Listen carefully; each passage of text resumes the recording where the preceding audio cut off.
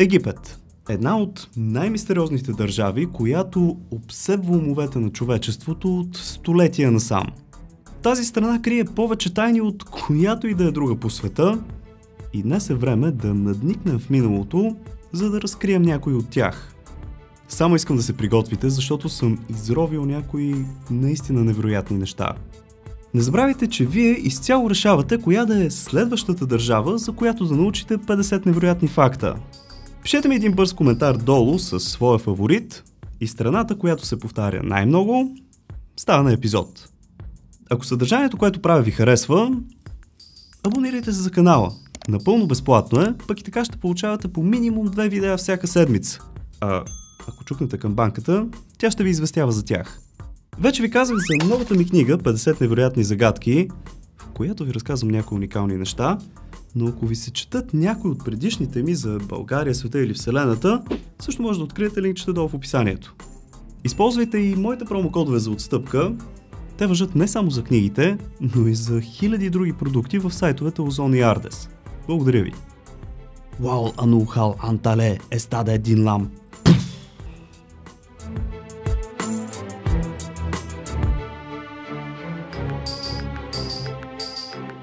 Естествено, на всички са ни интересни много повече фактите за древен Египет и след малко ще ви разкрия някои наистина вау неща, но нека първо поговорим за съвременната държава. Население 105 милиона души, с официално име Арабска република Египет. Столицата е Кайро, с население от 21 милиона души. Наистина огромен град. Бил съм там и е абсолютна лудница. Знаехте ли обаче, че в момента Египет си строи изцяло нова столица, която ще е разположена на 45 км от Кайро и там ще се съсредоточи цялото управление на държавата, както и посолствата. Интересното е, че цените на имотите там се държат изкуствено страшно високи, за да могат да живеят само избрани хора. През 2019 година имах щастието да посетя Египет и да се докосна с ръцете си до невероятните пирамиди. Трябва да ви кажа съвсем откровено, че още с кацането ни се озовахме в един тотално различен свят, който е само на 3 часа полет. Още на летището научих, че Египет всъщност е третата по население държава в цяла Африка. Който ми изброи в коментарите първите две, получа сърце. Египет е с площ около 1 милион квадратни километра, което се равнява горе-долу на около 6 Българии. Но най-интересното е, че цялото 100 милионно население е съсредоточено в едва 6% от територията й. И това е около бреговете на Нил. Останалото, както се сещате, е пустиня. Само си представете, все едно населението на България да е 100 милиона души. Лудница. Всъщност Египет се оказва една от най-сухите държави в целия свят и дъждовете там са рядкост. Затова хората разчитат изцяло на река Нил. Акаунти в социалните мрежи с над 5000 последователи са следени стриктно от правителството. И това не е нещо тайно, ами е направено със специален закон. Отделно, стигайки този праг на последователите си, всички акаунти трябва да искат специално разрешение от правителството, за да продължат да са активни. Египет постоянно губи обработваема земя в полза на пустинята Сахара.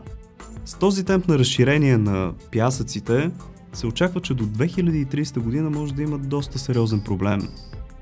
Периодът, който познаваме като Древен Египет, всъщност е бил доста голям. Около 3500 години. Ето ви едно интересно сравнение, за да може да си го представите. Клеопатра е живяла по-близо до създаването на iPhone-а, отколкото до построяването на Великите пирамиди. До момента са познати около 2000 египетски божества, на които хората от миналото са се кланяли. Най-известните със сигурност сте ги чували. Например, Анубис, който е погребалният бог, Ра, най-силният от всички и богът на слънцето, имаме Озирис, който е богът на мъртвите, и Изида, богинята на семейството. В продължение на над 1000 години съвременните хора са мислили градът Хераклион, който е бил един от най-богатите древноегипетски градове, просто за мит, защото не могли да го открият никъде, макар и да се споменава многократно от древногръцките историци. Всичко обаче се променя през 2000-та година, когато градът е открит на 3 км от брега и на 15 метра дълбочина. Този факт ме кара отново да се замисля какво ли още не сме открили. Например, Атлантида, която се споменава от древногръцки историци по същият начин. Знаехте ли, че най-старата дреха в света е открита в Египет и е датирана на над 5000 години? Това е така известната рокля Таркан, направена от текстил и по-скоро лен, с кройка, която изпреварва времето си с около 3000 години. Това си е наистина същинска загадка, или по-скоро древна висша мода. Между Египет и Судан има едно парче земя, което е с площ около 2000 квадратни километра, което обаче никоя държава не иска. Това буквално е последното парченце земя на нашата планета, което не принадлежи на никоя страна. Там няма нито население, нито някакви природни ресурси. По последни проучвания, на територията на Судан има много повече пирамиди, отколкото в Египет. Някои от тях са доста внушителни, както може сами да видите на снимките, но не са толкова известни. Древните египтяни са бръснали веждите си в знак на почит, когато котката им умре. Както знаем, тогава котките са били супер свещени и ако, не дай си Боже, убиеш някоя, дори без да искаш, то теб също те чака гибел. Всъщност, противно на очакванията, най-често срещаните домашни любимци не били котките, ами кучетата. Котките са смятани за прекалено специални и не всеки е могъл да си позволи такава. Смята се, че бирата е изобретение на древните египтяни още от 10-то хилядолетие преди Христа. Тогава тя се е наричала хекет и се е считала за национална валута. Тоест, отиваш до магазина да си купиш нещо с бира вместо с пари. Знаехте ли, че някои изобретения, които използваме всеки ден, като например гребенът, ключовете, ножицата, перуките и гримът, скъпи дами, идват от Древен Египет? Стъклото и порцеланът също за първи път са обработвани там. Като говорим за Египет, просто няма как да минем без великите пирамиди в Гиза. Толкова много съм ви разказвал за тях, затова ще споделя един не толкова известен факт. Знаехте ли, че през 12 век е бил направен доста сериозен опит да бъдат унищожени и сринати с земята? Арабският владетел Ал-Азис, който завладял тогавашните територии, се захванал с тази задача и започнал с пирамидата на Микерин, най-малката от всички. Бързо обаче се отказал, защото разбрал, че е просто невъзможно. Все пак обаче успял да направи някакви щети, както виждате до мен. Древните египтяни също измислили и парфюмът, но те не го нанасяли по шията или по китките, както правим ние, ами в корените на косите си. Така той траял значително по-дълго и запазвал оригиналния си аромат. Знаете ли как в Древен Египет са лекували зъбобол? Някакви билки, може би хапчета, или пък странни ритуали? Не, глупости. Просто взимали мишки, пържели се ги, след което са ги изсушавали и изтривали на прах и от този прах правили паста, с която мажели болният зъб.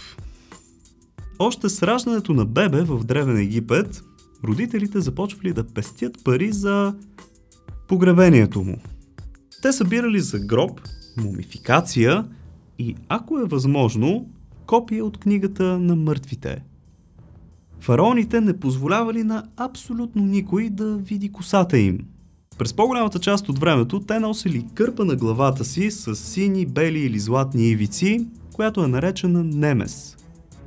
За да избегнат досадните мухи, някои фараони, като например Пепи II, държали голи роби до себе си, които сутрин били намазвани от глава до пети с мед.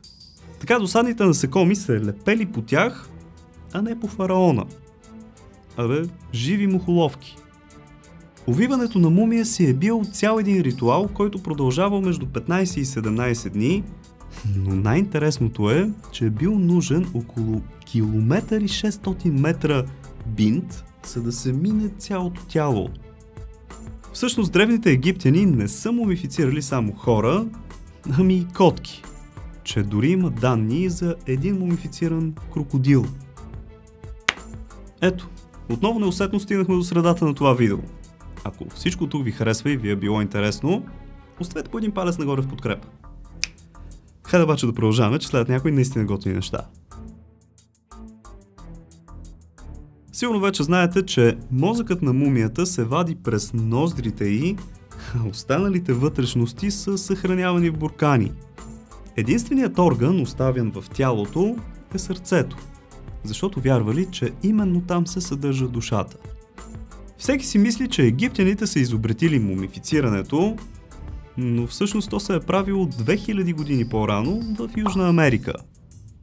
В Древен Египет, както жените, така и мъжете са носили обилно количество грим, но те го правили не за да са интересни или за външен вид, ами учени смятат, че са го нанасяли за слънцезащита и да подхранва кожата им. Освен това, те редовно са боядисвали косите си катран черни. И за боя се е използвало, и сега внимавайте, изгнил черен дроб от магаре. Всеки свързва Клеопатра с някаква направо неземна красота, в която неминуемо се влюбваш. Но истината е малко по-различна. Ето как изглежда според последните данни. Не е много топ, нали? Какво мислите? Всъщност, макар да се счита за египтянка, тя има гръцко-македонски корени. Не се базикам. Май наистина всичко е македонско. Дори се смята, че майка и баща й всъщност са били брат и сестра, което било редовна практика в миналото, за да запазят кръвната си линия. Той затова сигурно е толкова убава. В мумията на Хенут Тауи са открити доста сериозни следи от кокаин, хашиш и никотин. А това са субстанции, които са уникални само единствено за Америка по това време. Този факт подкрепя теорията, че всъщност древните египтяни са стигнали до Америка много преди Колумб. Тутанкамон е носил сандали, на чието подметки са били изобразени неговите врагове. Така той ги тъпчал всеки ден. Като гледаме повечето мумии, ни се струва, че фараоните са били някакви супер слаби, стройни и мега здравословни хора, нали? Според най-съвременни проучвания обаче се оказва, че повечето фараони били доста така дебели и много често страдали от диабет. Това естествено се дължало най-вече от диетата им, която основно била месо, много вино, яко хляб и безобразно много мед. Когато погребвали някой фараон, египтяните погребвали всички негови слуги, понякога и живи, за да могат да му прислугват и в отвъдния живот. Освен при смъртта на някоя котка, египтяните обожавали да бръснат главите, веждите и дори миглите си, и причината за това ще ви изуми. Това се правило най-често, за да се избегне хващането на въшки. Перуките в Египет са декларирали статус в обществото. Например, най-бедните са носили вълнени, че дори такива от папирус, докато по-богатите са си позволявали от истинска човешка коса. По-заможните египтяни са си позволявали да спят на възглавници, направени от камък. Правилно чухте. Камък. Но те не са се използвали за удобство, както сигурно се сетихте, ами най-вече за да се избегне влизането на насекоми, като скорпиончета например, в ушите, ноздрите или в устата, ако хъркат. За разлика от повечето други древни цивилизации, жените в Египет са били много уважавани. Те спокойно са притежавали имоти, управлявали са бизнеси, че дори са ставали лекари или жрици. Отделно съвсем спокойно са могли да се разведат със съпрузите си и да се оженят наново, без много обяснение. Едно нещо, което всявало истински ужас у египтяните, било хипопотамът. Тези огромни и супер агресивни животни с лекота са преобръщали лодки, докато са плавали по Нил, и египтяните много често са организирали санитарен лов с цел да ги изтрепят. Даже някой смятат, че Тутанкамон е бил смъртоносно ухапан от хипопотам. Древните египтяни подозирали за антибиотиците, въпреки че не им е било съвсем ясно как точно работят. Те редовно наблюдавали как мухлясал хляб върху рана, спирал инфекцията и спомагал за бързото оздравяване. Древните египтяни са направили първата протеза – дървен пръст на жена. Открита в гробница и е датиран на 1000 години преди Христа. Смята се, че цялостната архитектура на пирамидите е измислена от човек, наречен Имхотеп, който бил върховен жрец от времето на Джосер и е построил първата пирамида. Имхотеп всъщност е един от малкото хора, които са считани за божества, макар и да имат неблагороден произход. Календарът, който използваме днес, всъщност има корени в Древен Египет. Техният е бил едно към едно с нашия, но разбира се с различни наименования на месеците и дните от седмицата. Главната причина за появата му обаче не е да си следят работните дни и уикендите, ами ежегодните наводнения на Нил, които ако не се предвидят, могат да нанесат сериозни щети. Всички знаем за иероглифите, писмеността на древните египтяни. По последни данни обаче те са имали цели две азбуки. Едната била ежедневна, докато другата, която виждаме по стените на храмовете им, се използвала само церемониално. След навлизането на християнството и исляма, древноегипетският е бил тотално забранен и много скоро се превърнал в мъртъв език, защото се считал за символ на езичество. До откриването на розетския камък през 1799 никой не знаел как да разчита иероглифите. Този камък обаче съдържал указ от 196 година преди Христа, като в горната му част бил на древноегипетски, а в долната имал превод на старогръцки. Така този превод се оказва ключов за разчитането на иероглифите и затова сега можем да разбираме езикът им. Фараон всъщност не означавал крал или владетел, ами бог в човешка форма. Египтяните наистина вярвали, че това са синове на богове, пратени да ги управляват. Маймуните от вида павиани, или известни също като бабуни, били специално тренирани и пращани да берат плодове вместо хората, да хващат крадци от сергиите и да помагат в производството на бира. Древните египтяни вярвали, че мъжете също имали цикъл като жените. Причината за това обаче е доста странна. По това време имало силно разпространена болест, наречена шистозомиаза, която карала мъжете да уринират кръв. Те дори вярвали, че мъжете, които имат подобни симптоми, са по-плодовити.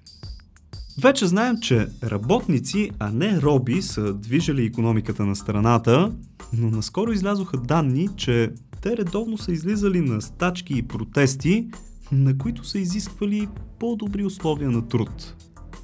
Древноегипетските лекари са били първите в историята на човечеството, които са разделили по специалности. Имало такива само за очи, за стомаха, зъболекари и други. Ако това видео ви е харесало, дайте му по един палец нагоре. Ако ли не, давайте надолу. Но ако искате да ударите едно рамо в това, което правя, споделете го с приятели в социалните мрежи. Така наистина, само с едно кликче ми помагате супер много, за което ви благодаря. А и не забравяйте да ми дразнете долу в коментарите, коя да е следващата страна. Абонирайте се супер лесно за канала, като натиснете кръгчето с моята снимка, а след това бутонът абониране и камбанката, ако искате да ви известява, когато кача нещо ново. А ако пък случайно имате още свободно време, което искате да прекарате научавайки нови и готини неща, цъкнете тук или тук към някои от предишните видеа. Благодаря ви, че за пореден път бяхте с мен. Чао! И до нови срещи!